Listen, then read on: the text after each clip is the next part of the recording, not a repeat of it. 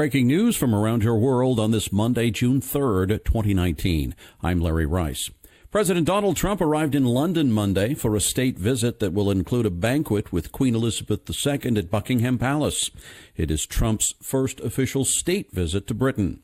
Trump and his wife Melania flew by helicopter to Buckingham Palace, landing on a lawn where Prince Charles and his wife Camilla greeted them. During the palace welcome ceremony, Trump and Prince Charles inspected the Guard of Honor formed by the Grenadier Guards wearing the traditional bearskin hats. The Trumps also received a deafening royal gun salute as they walked to the palace, where a waiting queen smiled at the president. Trump, who is beginning a 5-day tour of Britain and France to mark the 75th anniversary of D-Day, weighed in on the UK's Brexit crisis, telling the Sunday Times in an interview ahead of his arrival that whoever replaces Theresa May as Prime Minister should walk away from negotiations on Brexit to get better terms from the European Union. Boris Johnson, frontrunner to be Britain's next prime minister, promised on Monday to lead the country out of the EU on October 31st with or without an exit deal, launching his leadership bid in a campaign video. Johnson, a former foreign minister who resigned in protest at Prime Minister Theresa May's handling of Brexit, is the bookmakers' favorite to win a crowded contest and take over the running of Britain at its most strategic juncture in decades. May is due to resign on Friday, having failed to deliver Brexit on schedule. She leaves behind her a divided nation and parliament with no consensus on the way ahead for the world's fifth largest economy. The race to replace May has so far focused on candidates' approach to a no-deal exit from the EU, with a clear dividing line between those who would countenance leaving the bloc without a formal transition agreement and those who say it would be too economically dangerous. Leadership rival Jeremy Hunt, one of the staunchest opponents of no deal, told the BBC that it should only be used in extremis, but that he believed he could negotiate a better deal before October 31st, the country's current exit date. A report on widespread killings and disappearances of Indigenous women and girls in Canada said the violence amounts to a race-based genocide of Indigenous peoples. The report, released in a Monday ceremony, concludes that the genocide has been empowered by colonial structures and fueled by appalling apathy. The report describes the chronic abuse of Indigenous people, including at residential schools where Indigenous children were once sent. Indigenous women and girls make up 4% of Canada's women and girls, but 16% of those killed.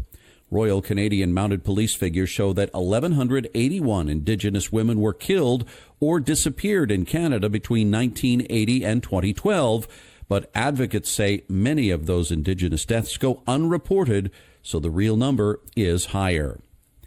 Dwayne Craddock, the man police say fatally shot 12 people in a Virginia Beach, Virginia government office on Friday, had just notified his boss that he was quitting his job earlier in the day. That was the statement from city officials over the weekend. Craddock, who died in a gun battle with police, was an engineer for the municipal government who worked on city water and sewer systems. Investigators said he left behind no indication of a motive. Police Chief James Cervera said at a Sunday news conference, "Right now we do not have anything glaring." Craddock reportedly did not provide any clues in his resignation note. A person familiar with his email said he gave his 2-week notice and there was nothing out of the ordinary. A Swedish court ruled Monday that WikiLeaks founder Julian Assange should not be extradited to Sweden for a revived rape investigation, but should still be questioned in the case while he's imprisoned in Britain. The ruling doesn't mean the preliminary investigation must be abandoned, only that Assange doesn't face extradition to Sweden anytime soon. Assange has denied wrongdoing, asserting that the allegations were politically motivated and that the sex was consensual. He faces a maximum of 4 years in prison in Sweden if he is convicted of rape. The 47-year-old Assange was evicted on April 11th from the Ecuadorian embassy in London, where he had been holed up with political asylum since 2012. He was arrested by British police and is currently serving a 50-week sentence for jumping bail in 2012. He is also fighting extradition to the United States, which accuses him of violating the Espionage Act by publishing secret documents hacked from the Pentagon containing the names of confidential military and diplomatic sources. Canada announced Sunday that it has temporarily closed its embassy in Venezuela, blaming President Nicolas Maduro for limiting its abilities to function in the destabilized country. Canada's Minister of Foreign Affairs, Chrystia Freeland, announced the closure in a statement, saying it was due to Canadian diplomats being unable to have their visas renewed, which were set to expire at the end of the month under Maduro's administration. Freeland said, "Therefore, we are left with no choice but to temporarily suspend our operations at the Embassy of Canada to Venezuela, effective immediately." She said Canada will also be evaluating the status of Venezuelan diplomats appointed by Maduro's regime to Canada. Canada is one of 50 nations that are backing Guaido as Venezuela's rightful leader and have called Maduro's re-election last year illegitimate. Since then, Venezuela has been thrown into political and social chaos. National Assembly leader Juan Guaido named himself interim president on January 10th, igniting a fight over the helm of the country. The 981 U.S. measles cases reported by the Centers for Disease Control and Prevention Monday is the greatest number of cases reported since 1992. The measles, or rubeola virus, was declared eliminated in 2000.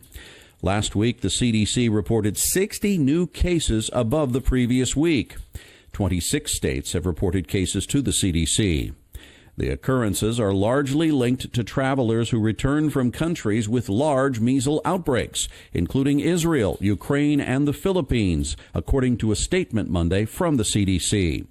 The agency said the virus can spread when people within a community remain unvaccinated and when people arrive in the United States after contracting the virus abroad.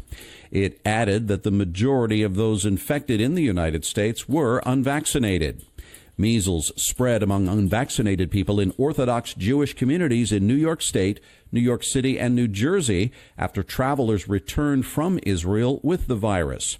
As a result, New York City has ordered mandatory vaccinations, and religious leaders have urged their followers to get vaccinated.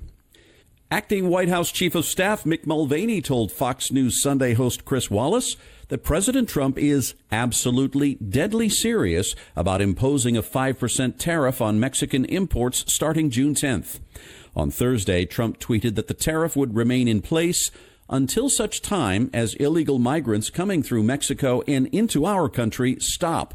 Mulvaney told Wallace the White House has been working on a plan for months to deal with an influx of migrants coming to the United States, and Mexico needs to tighten security along its southern border. He said, "It is much easier to secure that border than it is our border because it is so much shorter," he said. "It's about 1/4 the length." Mexico's southern border with Guatemala and Belize adds up to roughly 700 miles. The U.S. Justice Department has jurisdiction for a potential probe of Apple as part of a broader review of whether technology giants are using their size to act in an anti-competitive manner. Two sources told Reuters the Justice Department's Antitrust Division and the Federal Trade Commission met in recent weeks and agreed to give the Justice Department the jurisdiction to undertake potential antitrust probes of Apple and Google, owned by Alphabet Incorporated. The sources said the FTC was given jurisdiction to look at Amazon and Facebook as well.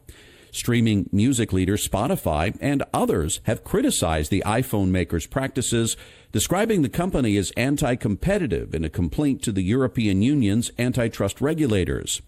Central to Spotify's complaint is a 30% fee that Apple charges content-based service providers to use Apple's in-app purchase system.